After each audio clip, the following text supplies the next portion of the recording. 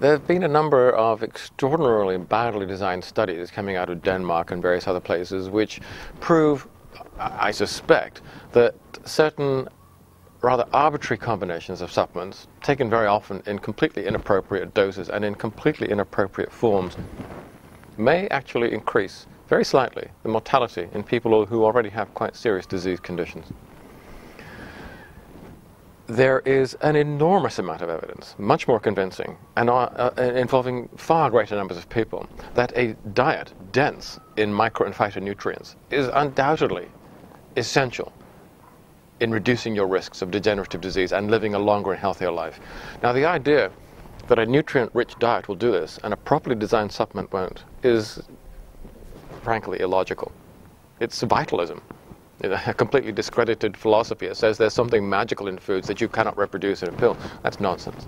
We know probably enough about phytochemistry and about the chemistry of most foods now to be able to say, well, what is it in these foods that has which kinds of properties? We've got to that point. And it's only the rather more Neanderthal nutritionists who say, the pills are no good and it's got to be the foods. Having said that, I would agree with them in as much as many supplements are appallingly badly designed. They're designed by companies who don't know what they're producing and being bought by consumers who don't know what they're buying. I can't imagine any other industrial sector that could operate on such a basis of profound mutual ignorance. Having said that, we are getting to a point where I think we do have a sufficiently good understanding of the way in which different food derivatives interact with different parts of your body, different metabolic steps, different biochemical systems, that we can say, here's a combination which is rational.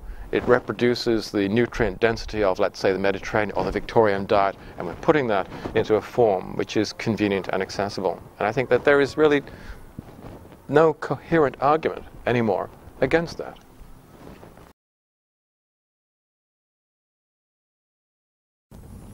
I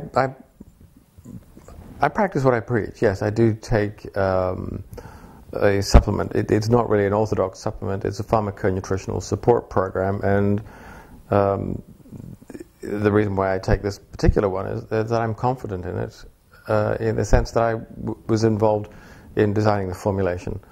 I find this a little embarrassing because I'm not primarily interested in selling supplements. But you've asked me the question. That's what I do. I live a very harried lifestyle. The diet that I eat is probably mostly the airline diet, and I think that that does leave a lot of nutritional gaps. And so I take this pharmaconutritional support program.